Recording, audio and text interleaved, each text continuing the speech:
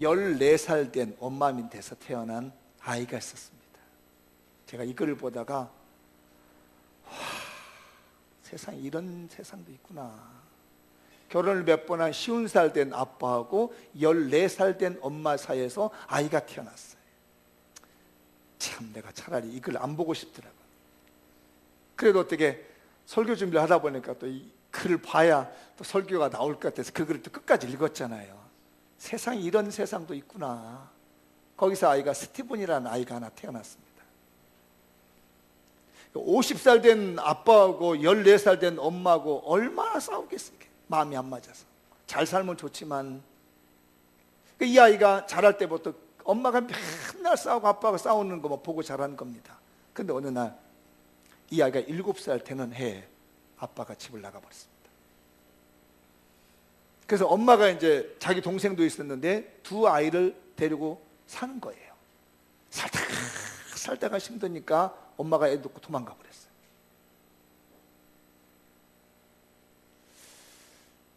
이야, 정말 세상이 우리나라만 그런지 했더니 미국도 그렇구나. 그러니까 얘가 이제 갈 데가 없잖아요. 그러니까 얘들이 고아원을 찾아 들어간 겁니다.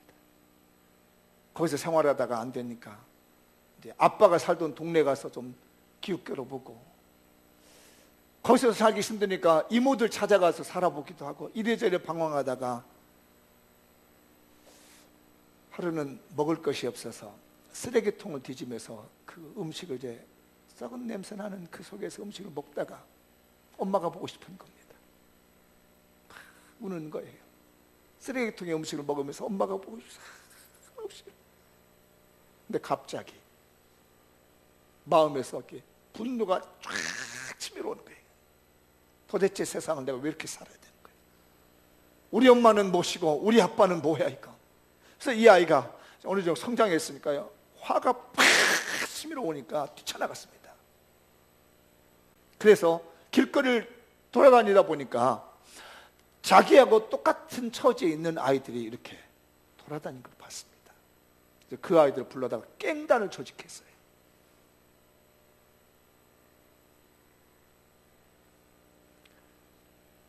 깽단을 조직해서 관공서를 부시고 강도짓을 하고 온갖 나쁜 짓을 하고 다니다가 어느 날 소식을 듣기를 예배당에서 어떤 큰 집회를 한다는 소식을 들었습니다. 이것들 다 죽여버려야 되겠다. 나는 이렇게 부르게 사는데 저것들은 저런 데서 행복하게 살아? 근데 이거 볼 수 없지. 그래서 폭탄을 준비했습니다. 내가 이 교회를 갖다가 폭파시켜버려야 되겠다. 그래가지고 폭탄을 준비해가지고 설치를 딱 해놓고 기다리고 있습니다. 폭파시키려고 하는 5분 전쯤 이제 시계가 착착착착착착 돌아가고 있는데 5분 전이 돼서 갑자기 어디서 들려오는지 목사님의 설교 중에서 이런 성경 구절이 하나 들려왔습니다. 내 부모는 나를 버렸으나 여호와는 나를 영접하시리라. 이 말씀이 예배당을 폭파시키려고 하는 그 순간에 이 청년에게 비수처럼 꽂혔습니다. 내 부모는 지금까지 나를 버렸지만 여호와 하나님은 나를 영접해 주신다니, 이게 무슨 말일까? 교회를 폭파시키려고 준비했던 이 청년이 강대상 막 벅벅 올라갔습니다. 이게 끌려가지고 말이에요. 그리고 설교하고 있는 목사님 발을 잡았습니다. 발목을 잡고, 목사님, 통곡을 하면서 내 부모는 나를 버렸지만 여호와는 나를 영접하신다니, 내 부모는 나를 버렸지만 여호와는 나를 붙잡.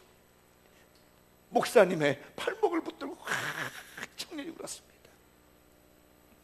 교회를 폭파시켜 보려고 하는 그 순간에 하나님께서 이 청년의 마음을 붙드시고 목사님을 붙들고 정말 여호와는 나를 버리지 않으시냐고, 여호와는 나를 영접해 주시느냐고 하면서 통곡하고 기도할 때 목사님께서 그 청년을 붙들고 기도했습니다. 그리고 그 청년이 선교사가 됐답니다. 바로 오늘 본문에 있는 내용이 그렇답니다. 네이라는 사람은 오늘 제가 여러분과 나눠보고 싶어서 그랬어요. 이 네이는요, 야곱과 레아 사이에서 태어난 셋째 아들입니다. 근데 이 아들이 굉장히 성격이 안 좋습니다. 이 아버지가 죽을 때요, 너무너무 성격이 안 좋은 아들이었기 때문에 저주를 하고 죽습니다.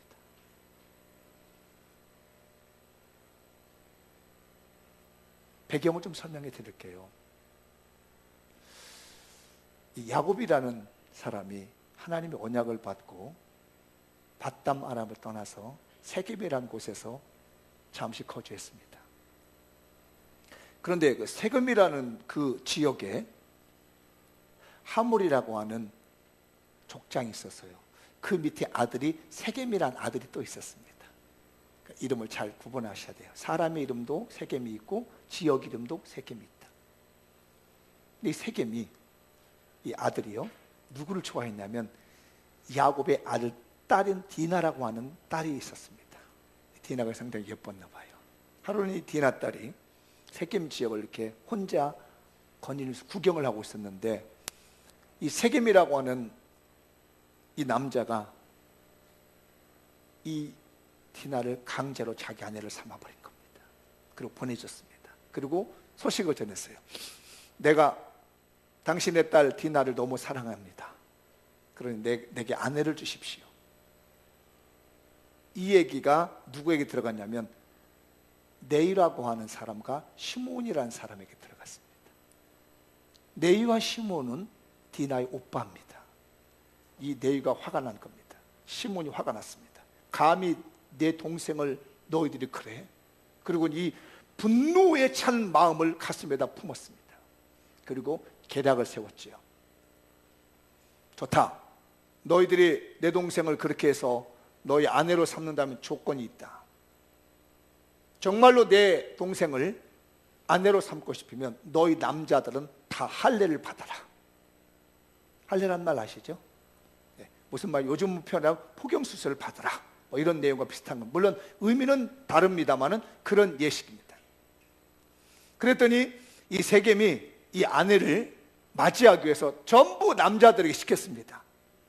그 세겜지 하물의 관란을 받고 있는 모든 남자들이 다 할례를 받았습니다. 그래가지고 남자들이 최고로 아플 시기가 되니까 네이와 시몬이 칼을 들고 와서 그 남자들 전부 찍어 죽였습니다. 이 소식이 그 가나안 땅 지역에 쫙 퍼진 거예요. 어디서 굴러온 돌들이 와가지고 하물의 족속을 전부 남자들 몰살시킨 사람들이 있다.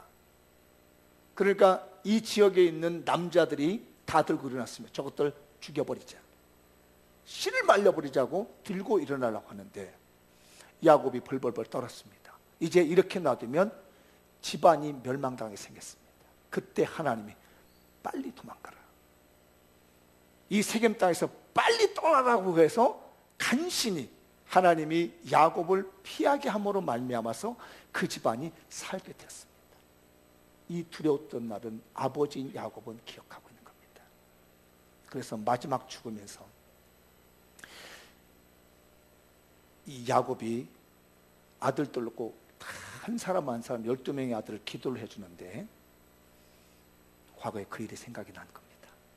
시몬과 레위가 집안을 말아먹을 뻔했던 그 일을 생각하면서 저주 기도를 한 겁니다.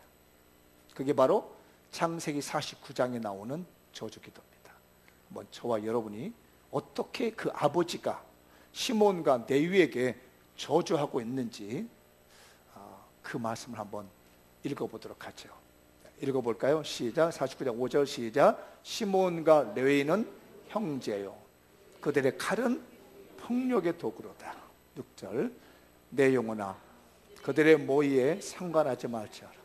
내 영광아 그들의 집회에 참여하지 말지어다. 그들이 그들의 분노대로 사람을 죽이고 그들의 혈기대로 소의 발목 힘줄을 끊었다. 잠깐만요. 다시. 내 호나라는 것은 야곱을 말하고 있습니다. 야곱이 죽어서라도 시몬과 레위의 그 집안의 모임은 절대 안 가겠다는 얘기. 내가 죽어서라도 절대로 너희들의 집안의 모임, 너 형제들의 모임은 가지 않는다. 너희들이 모여서 집회를 하고 잔치를 하는 것도 있다면 나는 절대로 안 간다. 왜냐? 너희들이 분을 내가지고 그때 세감에 있는 사람들 다 죽였겠고, 너희들의 혈기로 발목에 그 짐승 혈줄을 다 끊어버린 것처럼 나도 너희들과는 단절이다. 시몬과 너희 집안과는 내가 죽어서도 절대로 만나지 않을 것이며 절대로 너희 집안 모임 안 가겠다는 마지막 기도입니다. 아버지가 그리고 죽는 거예요. 이 기도하고 이 유언하고 죽는 겁니다. 7절 읽어보죠. 시작. 그 노여움이 혹독하니 저주를 받을 것이다. 분기가 맹렬하니 저주를 받을 것이다. 내가 그들을 야곱 중에서 나누며 이스라엘 중에서 흩으리로다. 너희 두 아들 저주받을 것이다. 너희들 때문에 우리 집안 망할 뻔했는데 너도 저주받을 것이고, 너희 집안들은 절대로 모여서 못 살 것이다. 너희 후손들은 전부 다 흩어져 살 거야. 이게 아버지가 마지막에 유언하고 기도하고 간 내용입니다. 무섭죠. 그런데 제가 성경을 보다가 우리가 읽은 신명기 33장 8절에서 11절은 이야기가 달라요. 지금 우리가 읽은 내용은 어떤 내용이냐면, 모세가 가나안 땅을 앞에 두고 12지파를 놓고 기도해 주는 내용이에요. 그리고 이 기도하고 이 유언 기도하고 난 다음에 모세가 죽습니다. 그러니까 이 창세기 49장은 야곱이 자식들에게 유언 기도를 하고 죽는 내용이고, 한 500년 세월이 지나가고 난 다음에 모세가 그대로 야곱의 그 12아들을 받아서 12지파를 만들고 그 상태에서 마지막 120세에 죽으면서 다시 한번 확인하면서 12지파에게 유언적 축복 기도를 하고 가는 내용이 신명기 33장 내용이에요. 그 가운데 우리가 읽은 8절부터 12절까지는 레위 한 사람에 대한 내용입니다. 아까 여러분들 생각 없이 읽었는지 모르겠지만 읽어보면 내용이 좀 차이가 많을 거예요. 다시 한번 보시죠. 우리가 읽은 그 신명기 33장 8절부터 레위에 대한 내용이 어떻게 달라진지 한번 보죠. 시작. 레위에 대하여 일렀으되 주의 둠밈과 우림이 주의 경건한 자에게 있도다. 여기 보면요, 아까는 뭐 살이하는 뭐 기계 뭐 칼 이렇게 얘기인데 주의 둠밈과 우림이 경건한 자에게 있다고 얘기입니다. 그래서 둠밈과 우림이라는 것은 뭐냐면은, 이게 저도 어떻게 생긴지 모르겠지만 하나님의 뜻을 알아내는 도구랍니다. 이건 누구에게만 있느냐면 아무에게 있는 게 아닙니다. 이 둠밈과 우림이라고 하는 이 도구는요, 대제사장에게만 있습니다. 그래서 나라 전체에 대한 뜻을 이해한다든지 어떻게 하면 하나님의 뜻대로 살 것인가를 알아보려면 대제사장이 둠밈과 우림이라고 하는 이 성물을 가지고 하나님의 뜻을 찾아내는 거예요. 그걸 누구한테 지금 줬냐면 내에게 준 겁니다. 이게 완전히 달라져 버리잖아요. 야곱은 너희들은 저주를 받을 것이다. 내가 절대로 죽어서도 너희들의 집에는 모임을 안 갈 거고 너희들과 상관없는 사람이라고 했는데, 모세는 말하기를 하나님의 나라에 하나님의 뜻을 물을 일이 있다면 내 지파인 너희들에게 둠밈과 우림을 줘가지고 그것을 통해서 내가 하나님의 뜻을 알게 만들겠다 한다는 말입니다. 뭔가 좀 안 맞죠? 계속 읽어보죠. 시작. 주께서 그를 마사에서 시험하시고 무리바 물가에서 그와 다투셨도다. 이 마사와 무리바가요, 이스라엘이 40년 광야 생활하는데 제일 힘들었던 곳이랍니다. 이 지역이. 넘겨볼게요. 9절. 이 9절 말씀을 여러분들이 좀 잘 기억해 보십시오. 이따가 다시 제가 설명을 드려볼게요. 9절 시작. 그는 그의 부모에게 대하여 이르기를 내가 그들을 보지 못하였다 하며 그의 형제들을 인정하지 아니하며 그의 자녀를 알지 아니하는 것은 주의 말씀을 준행하고 주의 언약을 지킴으로 말미암았음이로다. 이게 무슨 말인지 어렵죠? 저도 이게 뭔 말인가 하고 한참을 봤습니다. 이 사건을 제가 뒤에서 다시 한번 설명해 드릴게요. 이 말씀이 어떤 의미를 가지고 있는지 그건 좀 더 여기에 가장 중요한 핵심이 들어있기 때문에 여기서 말씀드리지 않고 뒤에서 말씀드릴게요. 그 다음에 10절 시작. 주의 법도를 야곱에게 주의 율법을 이스라엘에게 가르치며 주 앞에 분향하고 온전한 번제를 주의 제단에 드리리로다. 여기 보면 이 레위인들이 앞으로 무엇을 할 것인가를 모세가 축복해 주는 겁니다. 뭘 한다고요? 말씀을 가르치는 일을 레위인들에게 맡겨줄 것이다. 주의 제단에서 번제를 드리는 일을 맡겨주겠다는 얘기입니다. 상황이 달라졌습니다. 아까는 너 저주받을 것이다 하더니 모세는 내가 너희들에게 말씀을 가르칠 수 있는 권한을 주겠다. 그리고 너희들은 주의 제단에서 제사를 인도할 수 있는 권한을 레위 지파에게 주겠다. 이렇게 말하는 거예요. 실제적으로요, 레위인들이 성경을 가르칩니다. 율법을 이렇게 강의하면요, 앞에서 에스라서 같은 데 보면, 에스라나 느헤미야 보면 앞에서 에스라가 설교를 하고 성경 말씀을 전하면요, 백성들이 잘 못 알아들어요. 들어본 적이 없으니까. 아마 여러분들 그럴 겁니다. 목사가 설교를 하면 알아듣는 사람도 있는가 하면 저 말이 무슨 말이지 하는 사람도 있다는 얘기예요. 그러면 옆에서 누가 가르쳐 주냐면요, 레위인들이 그 말은 이런 말이라고 설명해 주는 일을 집회 중에 레위인들이 하는 겁니다. 저게 무슨 말이지? 그러면 이런 말은 이런 말에서 그 설교가 끝나고 나면 모여가지고 한 그룹별로 모여가지고요, 아까 에스라 학사가 율법을 이렇게 강론했는데 그 율법 중에 못 알아듣는 말이 있다. 이게 무슨 말이냐라고 누구한테 가서 물어보냐면 레위인에게 물어보는 거예요. 그럼 레위인이 그 말은 이런 말이라고 설명해 줄 수 있는 것이 실제적으로 나옵니다.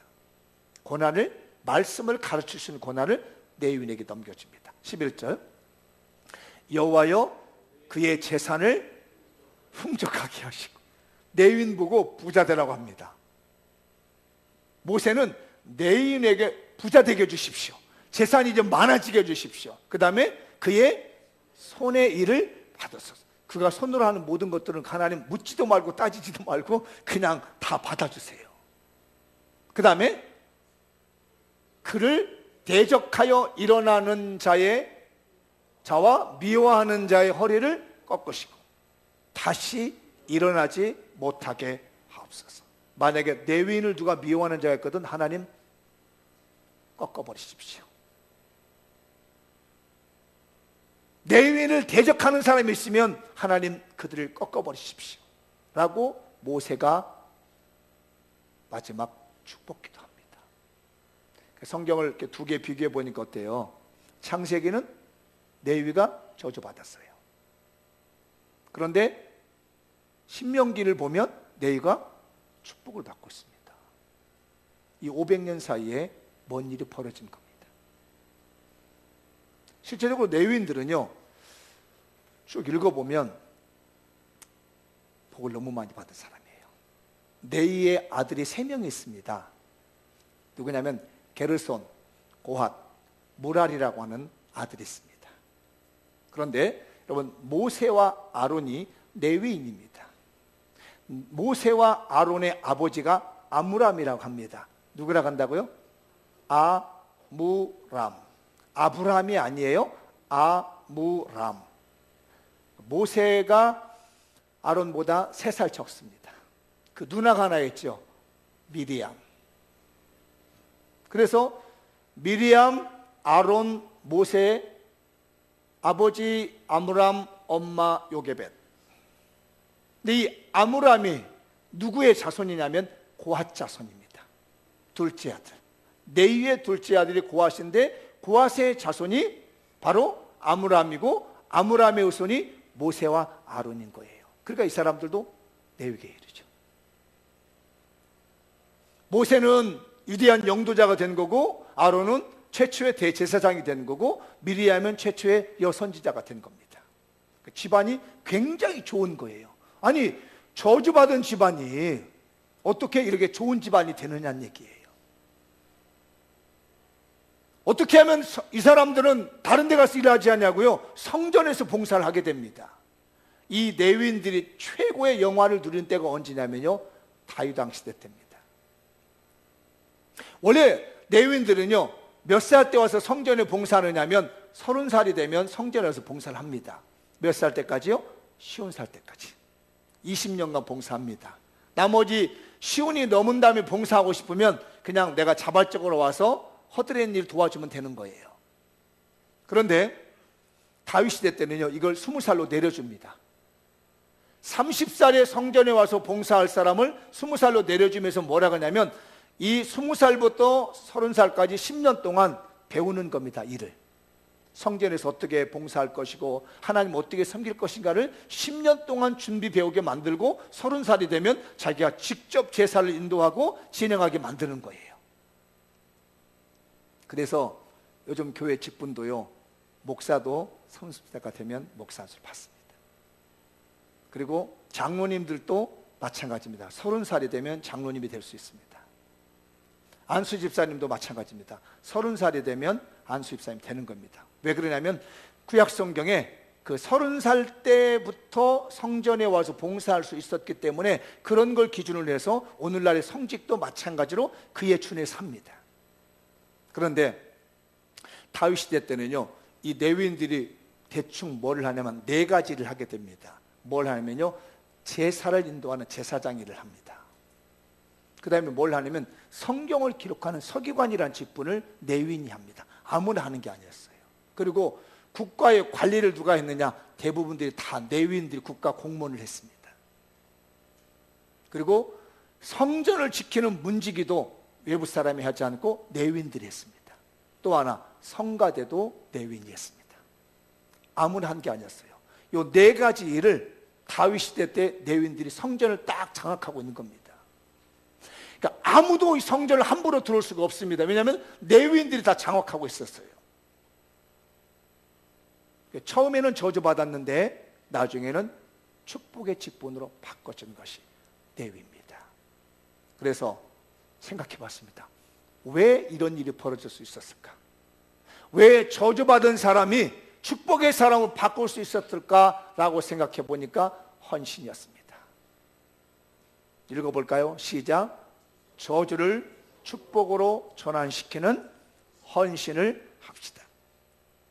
옆 사람에게 이거 굉장히 중요한 말이니까 권해봅시다. 시작. 저주를 축복으로 전환시키는 헌신을 합시다. 아멘. 여러분 생각해 보세요. 네이처럼 처음엔 저주받았습니다. 저도 그렇습니다. 저희도 저희 부모님 할아버지 때로만 가면요, 예수 안 믿은 사람들이었습니다. 귀신 섬겼습니다. 전 보러 갔습니다. 무당한테 갔습니다. 저희 선조도 그랬어요. 아마 여기 있는 분들도 대부분들이 다 그랬을 겁니다. 귀신 따라가고 우상 섬기고 내 맘대로 하고 내 맘대로 죄를 지었던 열조들 다 가졌습니다. 그런데 어느 날 순간 이게 바뀌는 겁니다. 예수 그리스도를 믿는 순간에 이 저주가 끝나는 거예요. 예수 그리스도를 믿는 그 순간 우리의 집안에 가지고 있는, 우리의 배경이 가지고 있는 모든 저주는 거기서 끝나는 거예요. 이 저주가 끝나고 축복으로 돌아서는 겁니다. 마찬가지로 여기도 배경이 하나 있습니다. 모세가 이스라엘 백성을 데리고 시내산에 올라왔습니다. 40일 동안 금식 기도하면서 십계명을 받고 있는데, 생각해봐요. 아무것도 안 먹고 물도 안 마시고 먹지도 않은 사람이 산에 올라가서 40일 동안 있었습니다. 저 밑에 있는 사람들이 죽었다고 생각할까요? 살았다고 생각할까요? 죽었다고 생각합니다. 그래서 아론을 중심으로 해가지고 모세 죽었으니까 우리 신을 만들자. 그래서 만들어낸 게 뭐냐면 금송아지를 만든 거예요. 금송아지를 만들어가지고 이제 이 신이 우리를 인도해낸 신이다라고 온갖 잡다한 음탕한 일들 다 했습니다. 하나님이 모세에게 이 40일 동안에 십계명을 주셨는데 저 밑에서는 온갖 더러운 짓을 다 하고 있는 거예요. 그래서 모세가 40일간 금식기도하고 십계명을 받아가지고 내려보니까 이게 여자 남자 다 섞여가지고 말입니다. 온갖 이상한 짓 다 하고 있는 겁니다. 금송아지씨를 섬기면서 말 더러운 짓을 다 하고 있는 거예요. 너무너무 화가 난 모세가 말이에요, 십계명을 갖다 내동댕이 쳐버린 겁니다. 그래서 그 십계명이 깨진 거예요. 그리고 말했습니다. 누구든지 지금 하나님 편에 있는 사람이 있으면 다 나와라. 이거 정리해버리자. 이 더러운 짓을 하고 있는 이 나라를 쓸어버리자. 하나님의 은혜를 알지 못하며 하나님의 은총을 깨닫지 못한 이 더러운 민족들을 전부 쓸어볼 수 있는 용기 있는 사람 나와라 라고 모세가 외쳤더니 그때 나온 사람들이 누구냐면 레위인이 나왔습니다. 만약에 그때 당시 이스라엘 백성이 전부 60만, 남자만 60만이었거든요. 장정만. 이 사람들 들고 일어나가지고요, 레위 지파 쓸어버렸으면 몇만 명밖에 되지 않거든요. 10분의 1도 안 되는 민족이기 때문에 만약에 이 사람들이 반란을 일으켜서 레위인들 10사람이 한 사람만 붙들고 죽였을지라도 레위 지파 멸문당할 뻔했습니다. 그런데 레위 지파가 일어나가지고 하나님의 말씀대로 살지 못하는 백성들을 정리해버리자 해서 칼을 들고 나왔습니다. 이 칼은 예전에 세겜을 죽였던 칼과 동일한 칼입니다. 근데 이번에 칼은, 이 칼은요, 정의의 칼이었고요, 하나님의 말씀을 세우는 칼이었습니다. 그래서 그때 당시 3,000명을 죽이고 나니까 이스라엘 백성들이 하나님을 두려워하기 시작한 겁니다. 정신 차려야 되는구나. 그 일에 앞장선 사람이 레위인 거예요. 성경 한번 띄워놨는데 볼까요? 출애굽기 32장 26절 시작. 이에 모세가 진문에 서서 이르되 누구든지 여호와의 편에 있는 자는 내게로 나오라 하며 레위 자손이 모여 그에게로 가는지라. 27절 모세가 그들에게 이르되 이스라엘의 하나님 여호와께서 이렇게 말씀하시기를 너희는 각각 허리에 칼을 차고 진 이문에서 저문까지 왕래하며 각 사람이 그 형제를, 각 사람이 자기의 친구를, 각 사람이 자기의 이웃을 죽이리라 하셨습니다. 그 다음에 28절 레위 자손이 모세의 말대로 행하며 이날에 백성 중에 3,000명가량이 죽임을 당하니라. 29절 모세가 이르되 각 사람이 자기의 아들과 자기의 형제를 쳤으니 오늘 여호와께 헌신하게 되었느니라. 그가 오늘 너에게 복을 내리시리라. 여기서 인생이 역전되는 겁니다. 그런데 아까 신명기 33장 9절 말씀, 뭐 부모 자녀 이런 거 말했죠. 이게 지금 이 29절 말하고 있는 겁니다. 하나님의 말씀을 어기고 있는 이스라엘 백성들을 정리하는데 하나님의 법을 어기고 우상 숭배하는 부모 자녀 이런 것을 생각하지 아니하고 하나님의 말씀을 굳건히 세우는데 헌신한 것을 하나님이 모세를 보고 기뻐한 거예요. 그래서 레위에게 그때부터 복을 준 겁니다. 분명히 그 야곱에게는 저주의 내용의 기도를 받았지만은 이 사건을 계기로 해가지고 레위 지파가 이제 복의 백성으로 바뀌어지게 되고 축복의 그런 어떤 지파로서 전환점이 되게 되었던 것이 뭐냐면은 하나님께 헌신하는 기회가 줬다는 얘기예요. 이 헌신이라는 단어의 의미가 어떤 의미를 담고 있냐면요, 채운다는 말입니다. 하나님의 마음을 채워준 겁니다. 더럽고 추한 행동을 하고 있는 그것 때문에 이스라엘 백성들에 대해서 하나님의 마음이 채워지지 않는 겁니다. 마음이 안 맞는 거예요. 만족감이 생기지 않는 겁니다. 그런데 레위 지파가 그 마음을 탁 채워준 겁니다. 하나님의 마음에 흡족하도록 하나님의 마음을 맡겨준 거예요. 우리 성도들이요, 하나님의 마음을 흡족하게 합시다. 한번 권해봐요. 옆 사람에게 하나님의 마음을 흡족하게 합시다. 한 번 더 하나님의 마음을 채워드립시다. 마음을 못 채워주는 사람이 너무 많습니다. 진짜 여러분들은 하나님의 마음을 지금 채워주고 있나요?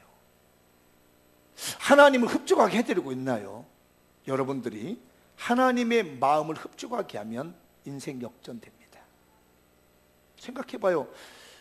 여러분이 입사하려고 하는 회사가 있는데 회장님이 있어요. 그래서 보았더니 저 친구가 내 마음을 흡족하게 한단 말이에요. 그러면 그 회장님은 그 친구를 회사에 입사시킨다는 얘기입니다.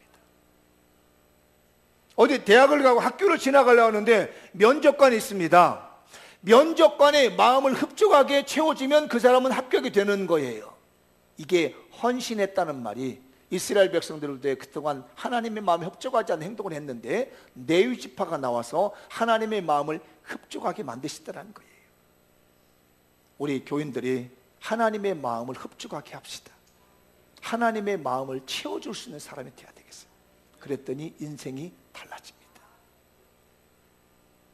예수 그리스도를 믿지 않았던 사람들이 예수 그리스도를 구주로 믿는 순간에 하나님의 마음이 흡족하게 되는 거예요. 그러면서 우리 인생이 달라지게 되는 겁니다. 인생이 완전히 역전되는 거예요. 여러분의 삶이 풀리지 않으며 이것저것 막히고 있지 않습니까? 하나님의 마음을 흡족하게 하신다면 여러분의 삶이 완전히 역전될 줄 믿습니다. 그날부로 여러분에게 복이 많은 거예요.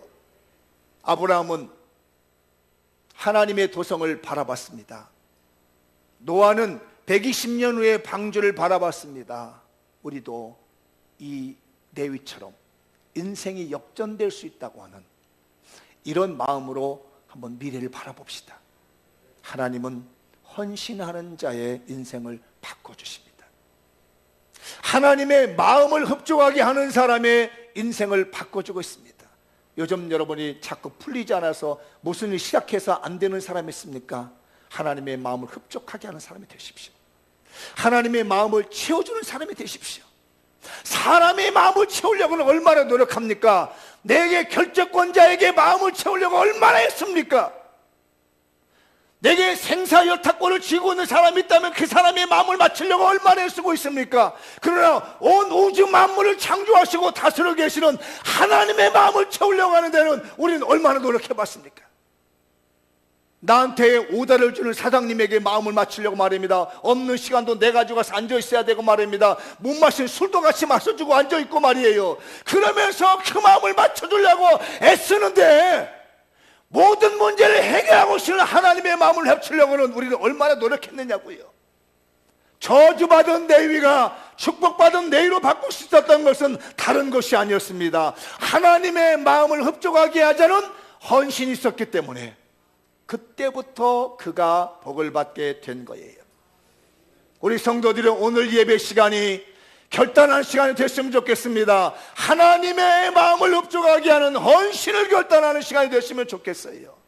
지금까지 세상의 사람들의 마음을 기쁘게 하고 흡족하게 하렸던 마음보다 그 많은 마음보다도 하나님의 마음을 흡족하게 할 수 있는 헌신하는 우리 교인들 꼭 되시길 바랍니다. 그런데 더 중요한 게 하나 또 남아 있습니다. 하나님은요, 저주는 하나님이 막아주시지만요, 유혹은 막아주지 않는다는 겁니다. 한번 읽어볼까요? 시작. 유혹을 이겨 직분을 통한 축복을 받읍시다. 레위 지파의 후손 얘기를 좀 해보겠습니다. 민수기 25장에는 어떤 일이 벌어지냐면요, 여러분 발람이라고 하는 선지자 이름 들어보셨나요? 들어보셨죠? 발람 선지자를 누가 끌고 왔죠? 발락이라고 하는 모압 왕이 불렀습니다. 왜냐하면 발람이라는 선지자가 상당히 영적인 능력이 뛰어나니까 저 이스라엘 백성들을 저주해달라고 합니다. 저것들이 축복받아가지고 지금 우리 땅을 쳐들어오고 있는데 저것들이 우리 땅에 들어오기 전에 저주받아가지고 멸망하게 해달라고 많은 돈을 들여가지고 발람 선지를 불렀습니다. 그런데 발람 선지자가 이스라엘을 저주하는 것을 하나님이 막아버립니다.